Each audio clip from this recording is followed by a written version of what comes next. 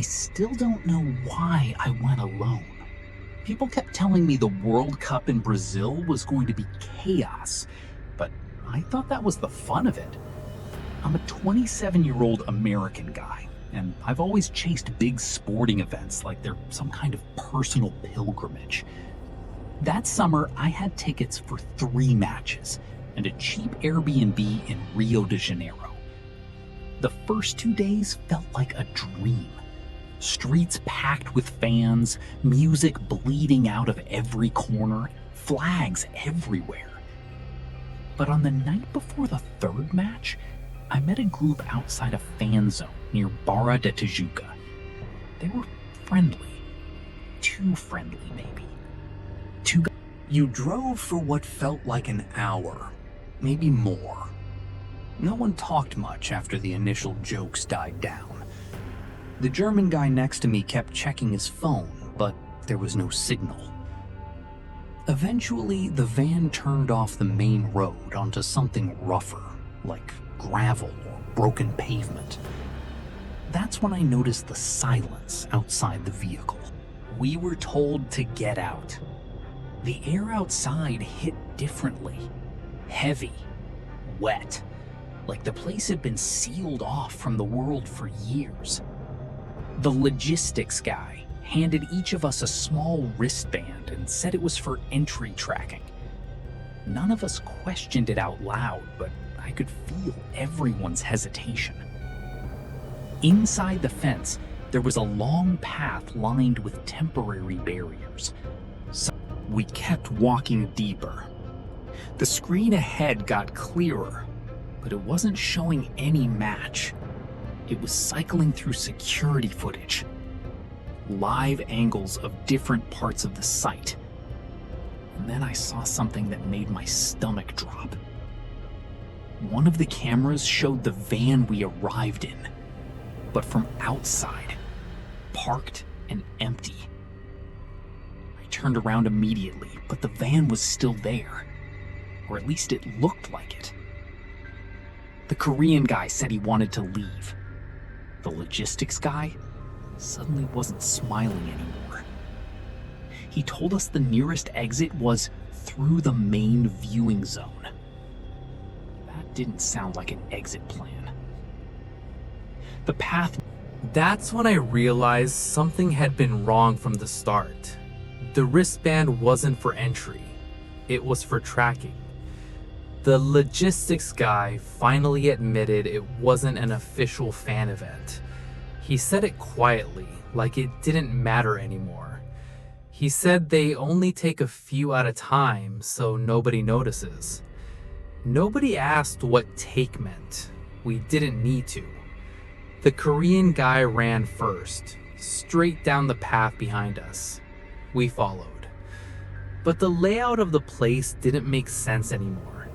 Corridors that should have led back to the gate now looped into identical container halls. Every turn looked the same. Every exit felt like a dead end. And the worst part was the sound starting up again. Crowd noise, stadium noise, celebration. But it was coming from nowhere. Then I saw a sign hanging crooked between 2 beams.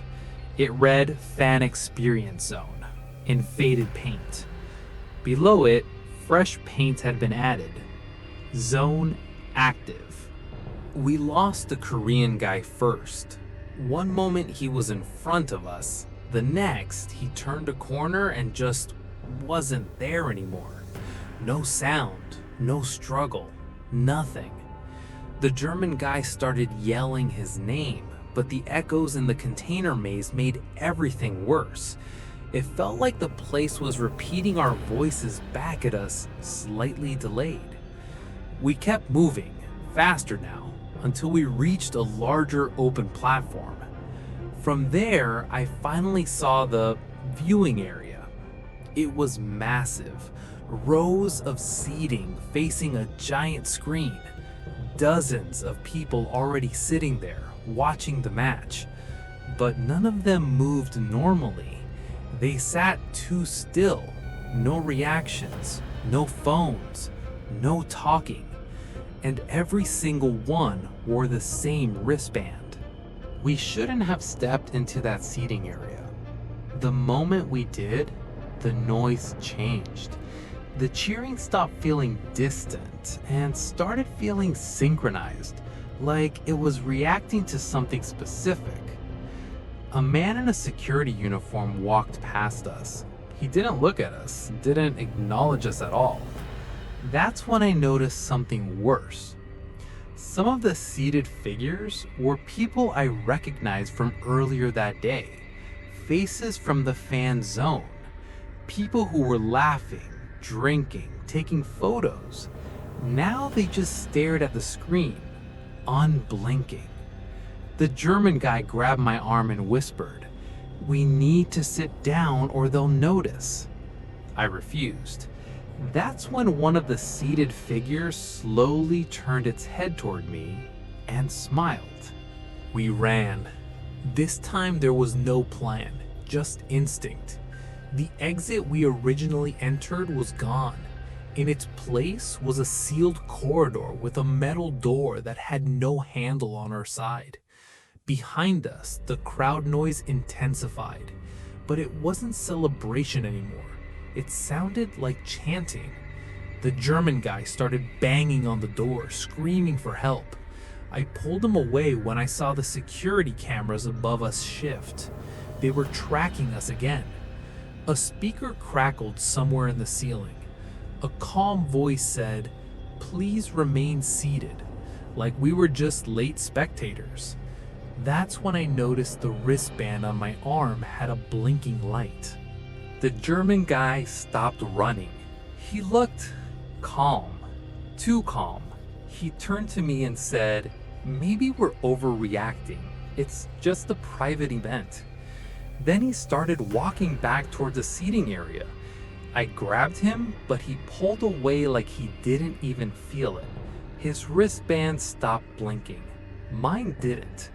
I ran alone after that.